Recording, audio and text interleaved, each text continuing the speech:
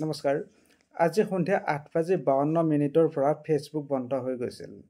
Facebook একাউণ্টবোৰ খোল হোৱা নাছিল, যাৰ কাৰণে বিভিন্ন মাধ্যমত টিভিয়ে বা হোৱাটছএপতে আলোচনা হৈছিল। এতিয়াও কিছুমানৰ ফেচবুক একাউণ্টটো বন্ধ হৈ আছে, কিন্তু এটা ভাল খবৰ যে অলপ আগতে এই সমস্যাটো সমাধান হৈছে। এই ফেচবুকৰ প্ৰব্লেমটো গোটেই পৃথিৱীতে হৈছে, অকল আমাৰ অসম বা ভাৰতত বুলি নহয়। এতিয়া কথা হ'ল কি, আপোনাৰ একাউণ্টটো খোল খাইছে নে নাই আপুনি চেক কৰক।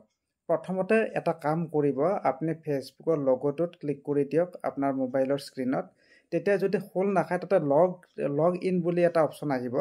আপুনি নতুবা তাৰ তলত লিখা আছে লগ ইন এনাডাৰ একাউণ্ট, আপুনি সেইটোত নহয়, লগ ইনত আপুনি ক্লিক কৰি দিয়ক।